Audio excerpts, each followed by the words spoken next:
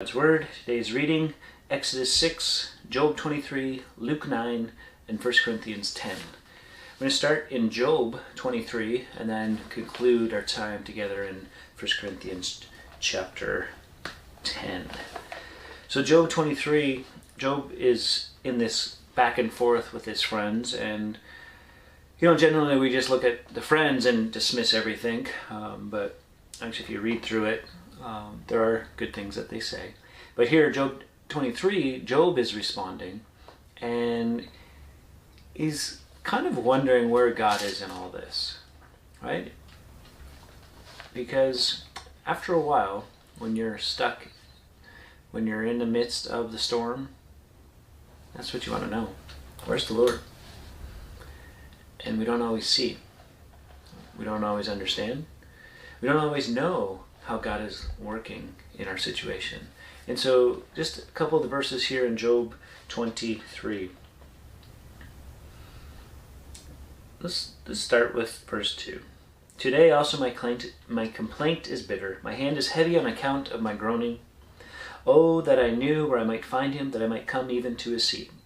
I would lay my case before him and fill my mouth with arguments. I would know what he would answer me and understand what he would say to me. Would he contend with me in the greatness of his power? No, he would pay attention to me.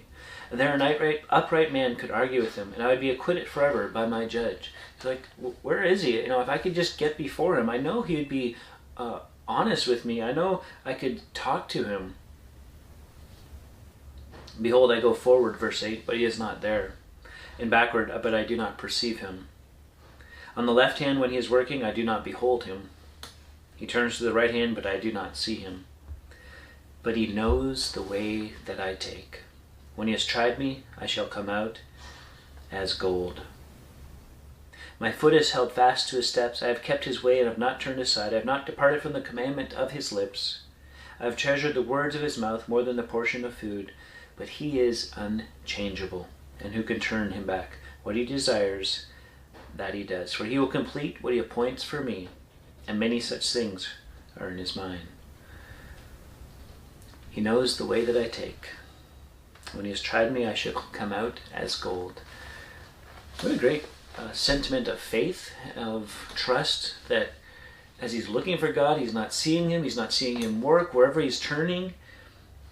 But ultimately, Job deep down knows God is at work, and he's going to come through this. God knows the way that we take. So if we jump over to 1 Corinthians chapter 10 for a quick moment, Paul is telling the people to flee from idolatry, but I want to pick it up in verse 23. He says, all things are lawful, but not all things are helpful.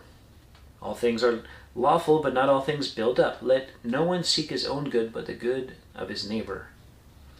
Eat whatever is sold in the meat market without raising any question on the ground of conscience, for the earth is the Lord's and the fullness thereof.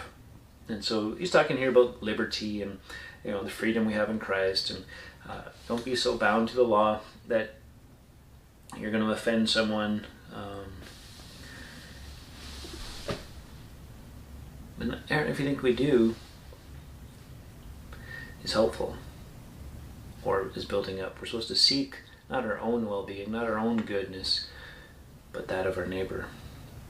Verse 31. So, whether you eat or drink, whatever you do, do all to the glory of God. It's a great verse. It's a great way to have something ruminating in your mind today. Whether you eat or drink, whatever you do, do all to the glory of God.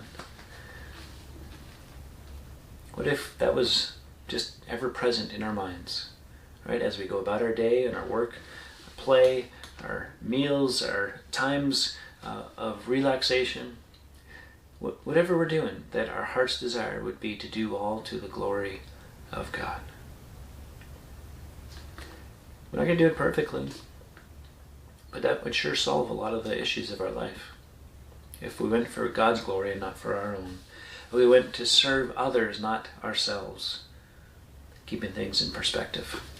Till next time, keep growing, little by little.